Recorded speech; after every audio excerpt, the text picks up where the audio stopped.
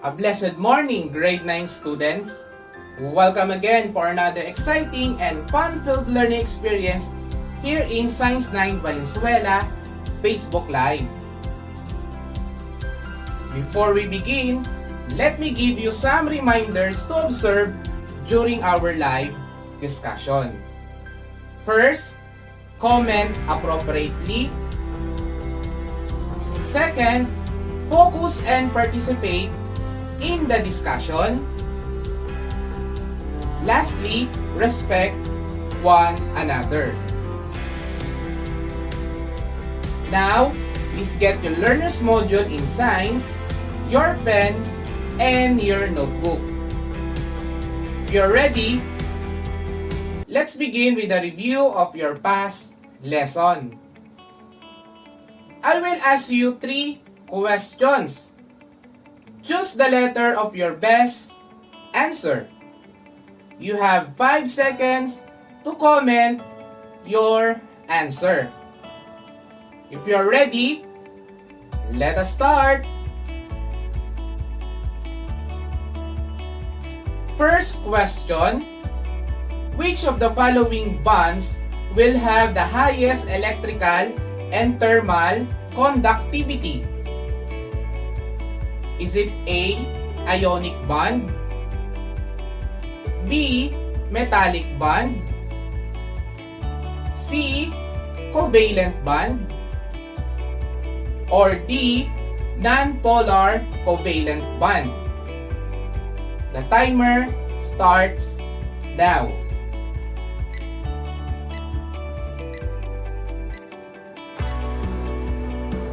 Time's up.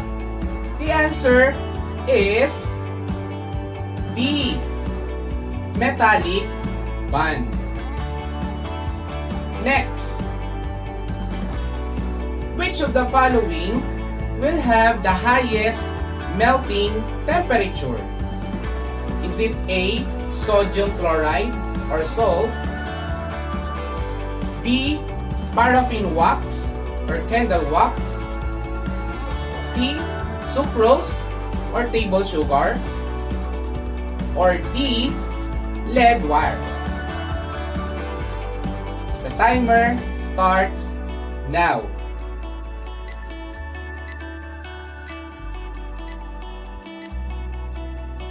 Time's up.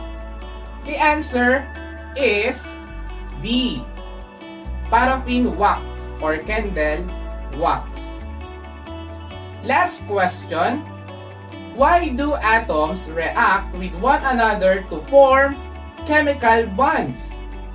Is it A, to attain stability, B, to form compounds, C, to form molecules, or D, to produce ions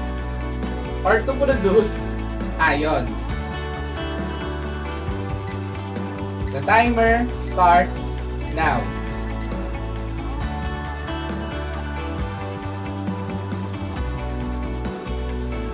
Time's up. The answer is A, to attain stability. Very good, grade 9 students. Now, let us proceed to our learning objectives for today. For today's session, you are expected to explain how ions are formed, differentiate cations from anions based on their tendency to lose or gain electrons, and lastly, show the formation of ions using the Lewis electron dot symbol. Isn't it exciting, right? But before we start our discussion, let us have an exciting game first. Let us play What's the Number? You will find the total number of each given. This is a very simple because you're going to subtract the two numbers and find the answer. Okay, if you're ready, let us start. The number 1 given is 20 minus or 10 minus 20 is, there are 5 seconds to answer. The timer starts now.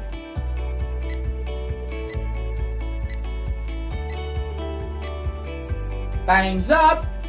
The answer or the correct answer is negative 10. This is the second number. 35 minus 8. The timer starts now.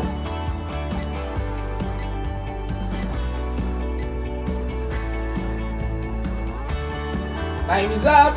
The correct answer is positive 27. Next number is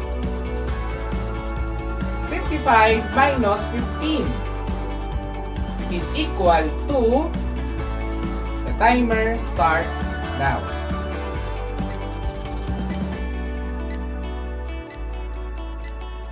Time's up. The correct answer is positive 40. This is the last number. 46 minus 87. The timer starts now.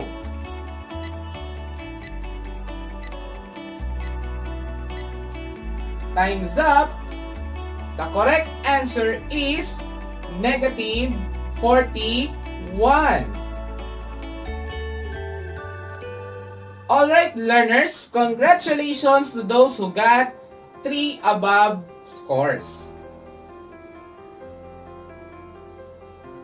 Now, what have you noticed about the number of the answer? Maybe you will say, there are different answers.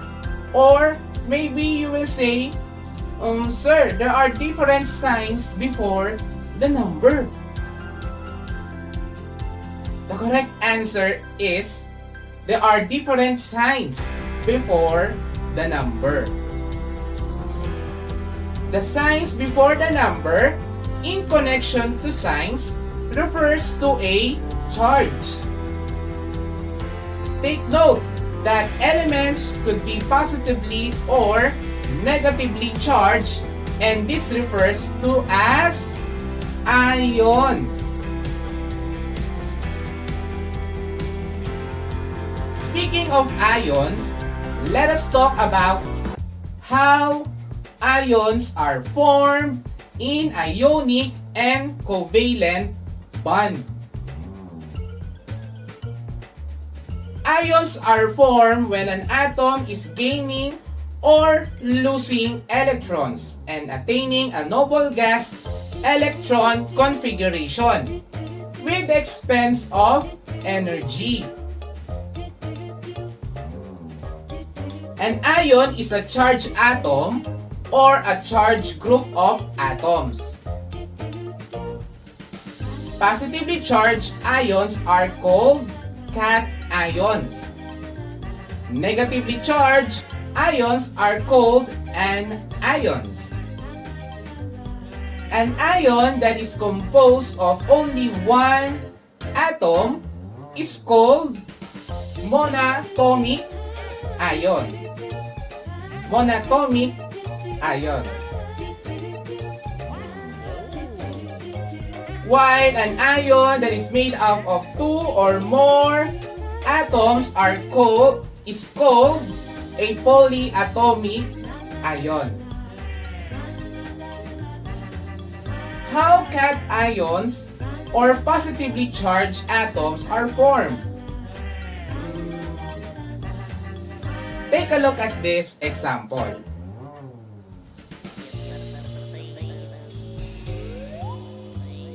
As you can see in the example, the valence electron of sodium, or Na as the symbol, is 1. and the charge form is positive 1. Another example is calcium with a symbol of C, capital C, and small a. Calcium has 2 valence electrons, so that is why the charge form is positive 2.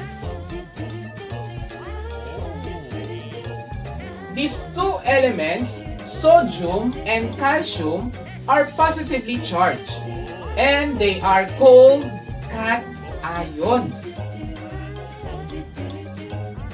What makes them positive? Usually, metals tends to lose electrons, and it becomes positively charged.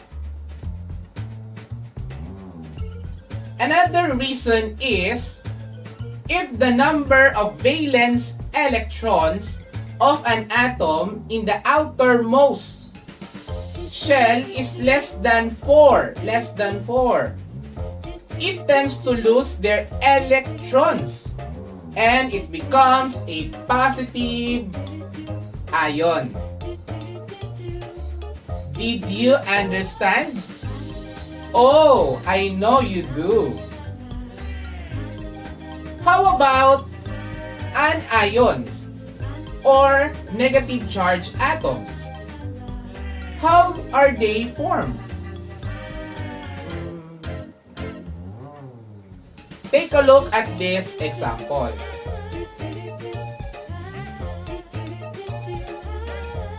As you can see in the example, the valence electron of oxygen is 6.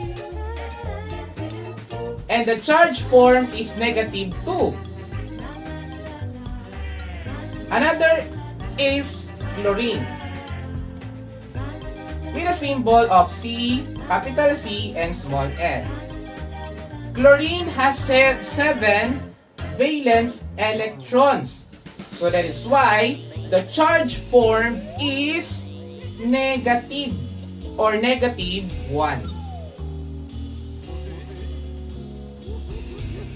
These two elements, oxygen and chlorine, are negatively charged and they are called anions. What makes them negative? Usually, non-metals atom tends to gain electrons and become negatively charged. Another reason is if the valence electrons of an atom in the outermost shell is more than 4, tends to gain an electron and it becomes a negative ion. Did you understand? Oh, I know you do. Why does an atom need to gain or lose valence electron? Atoms tend to gain or lose electrons because they need to be stable atoms. It follows the octet rule. Octet rule states that in forming compounds like NaCl, H2O, etc., atoms tend to achieve the electron configuration of a noble gas. That is, the number of their valence electrons become 8, except He or helium, while has 2 valence electrons. Okay, class. In order to deepen your knowledge on how ions are formed, let us have an activity first. The title of this activity is Identify Me. In this activity, I want you to identify the number of charge in each atom and describe what ions are formed.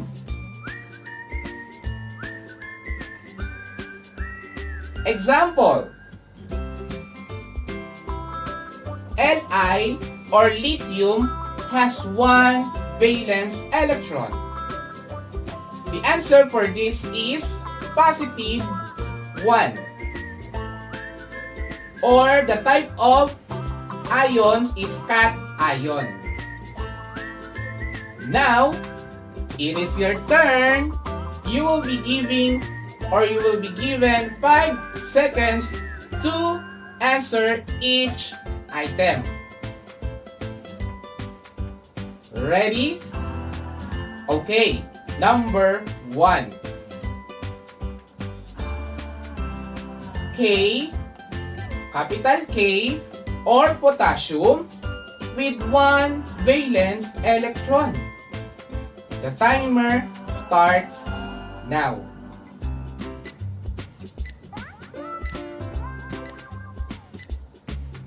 Time's up. The answer is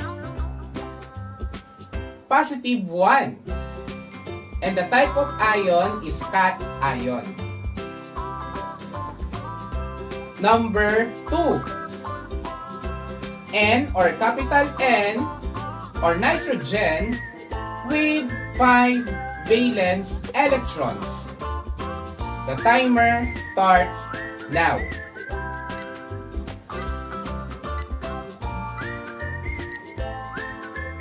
Time's up. The answer is negative 3 and the type of ion is an ion. Number 3. Al, capital A, small l, or aluminum with 3 valence electrons.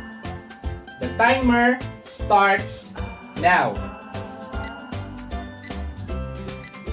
Time is up. The answer is positive 3. And the type of ion is cation. Number 4. Mg, capital M, small g, or magnesium with 2 valence electrons. The timer starts now.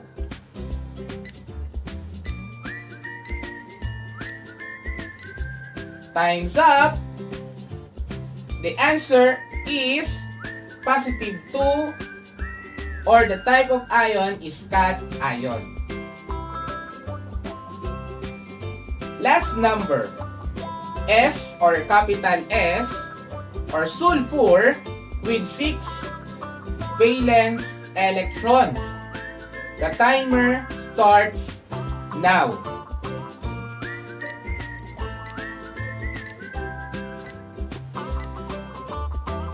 Time's up.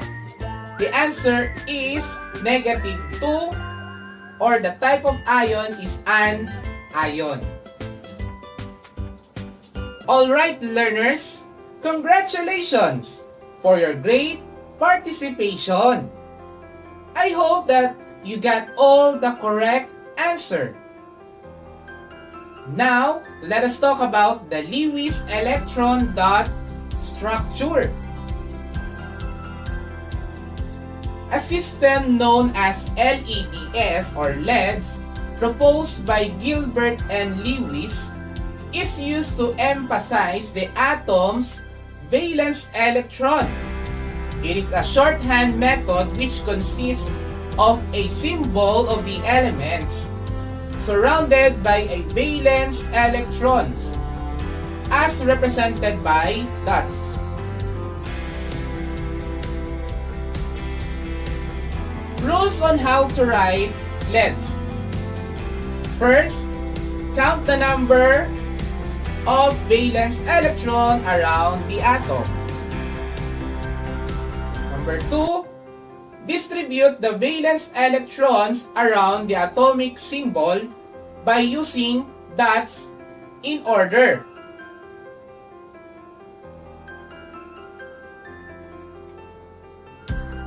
The first example is hydrogen, which has a symbol of capital H. The valence electron of hydrogen is 1. First, write the symbol of the atom.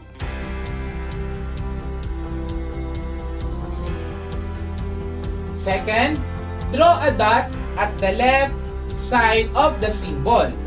For consistency, since the position of dots does not matter. Another example is carbon. In this case, carbon has 4 valence electrons.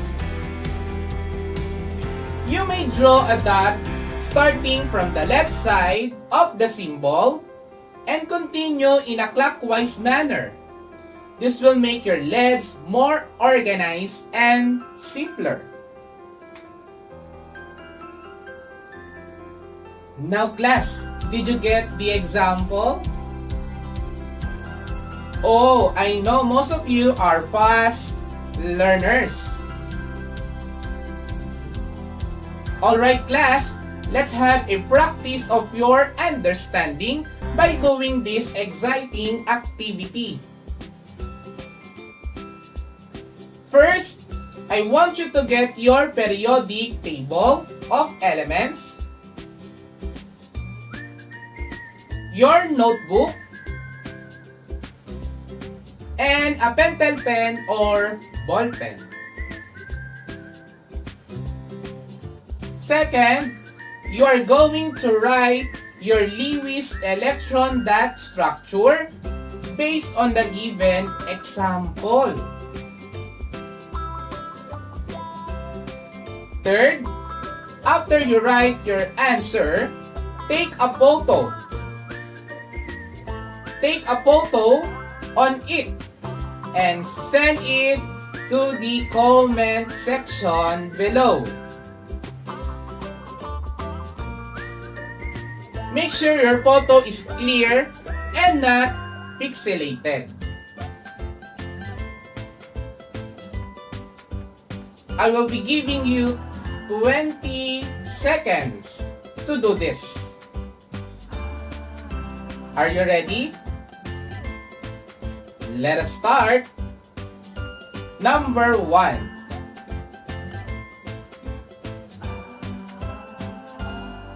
The timer starts now.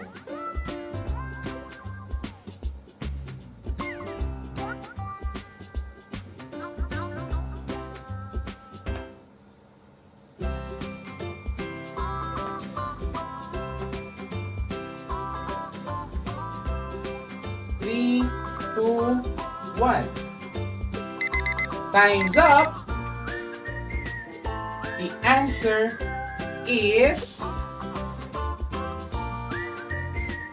this one. Number 2. The timer starts now.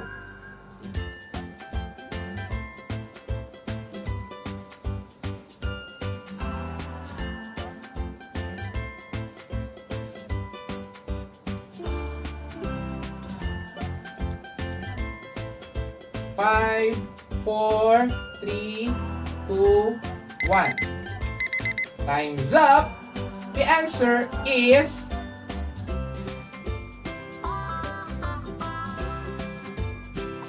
alright class, if you got all the correct answers, you are excellent. Students, always remember this. Number 1, metals tend to lose electrons and become positively charged. Non-metals tends to gain electrons and become negatively charged. Number 2, octet rule states that in forming compounds, atoms tend to achieve the electron configuration of a noble gas. That is, the number of their valence electrons become 8, except for helium or He, while it has 2 valence electrons. Lastly, a system known as LEDs or Lewis electron dot structure proposed by Gilbert and Lewis is used to emphasize the atom's valence electron. Alright class, let us test your understanding by means of this short game. And I called it Ions ang sagot or Ions ang sagot. Ions ang sagot. I want you to determine the type of ions, cations or anions, that will form in the following given. You will be given 5 seconds to type your answer in the comment section. Let us have number 1. The timer starts now.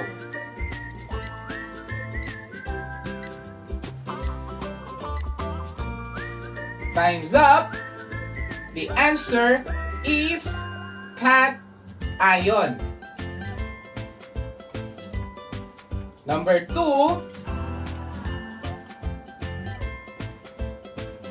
The timer starts now.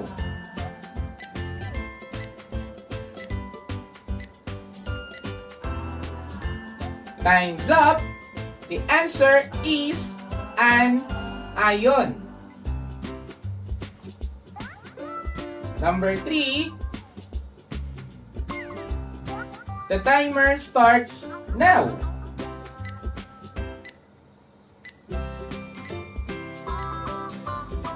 Time's up.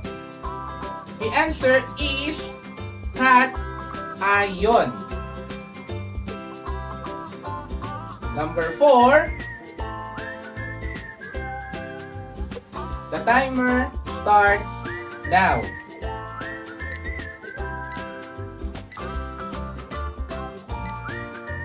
Time's up. The answer is an ion.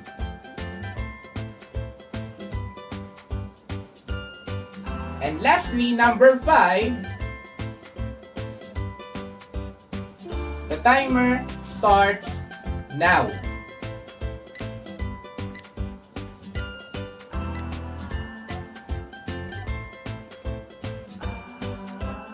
Time's up. The answer is cation.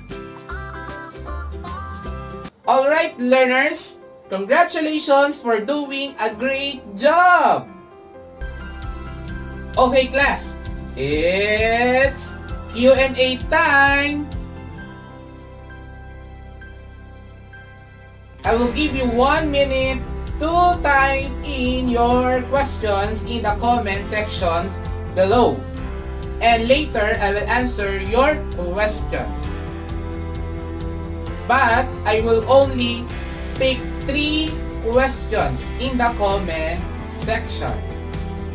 Okay class, the timer starts now.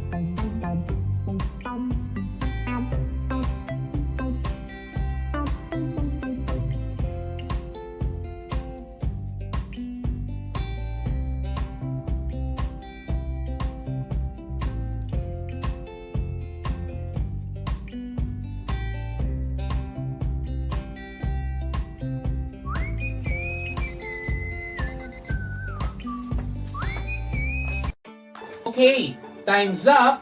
Let's now read some of your questions. The first question is, why ions are important?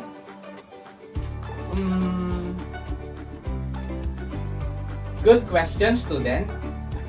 Body fluids contains electrolytes, chemicals, which when they dissolve in water, it produces charged ions. These ions enable the flow of electrical signals through the body. Electrolytes play an important role in the body. They regulate the osmotic pressure in cells and help maintain the function of muscle and nerve cells. For the second question, why most atoms tends to bond to another atom? The answer is, an atom forms chemical bond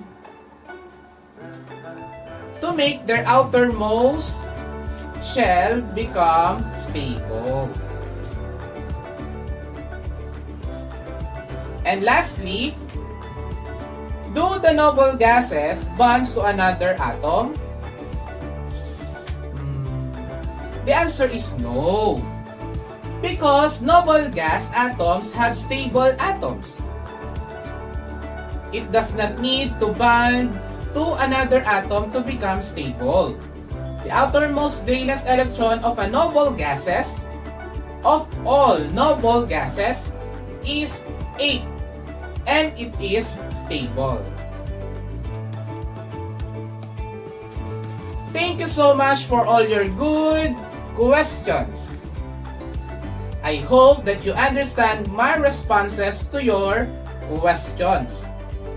To know more about our topic today, your subject teacher will give you more information about it.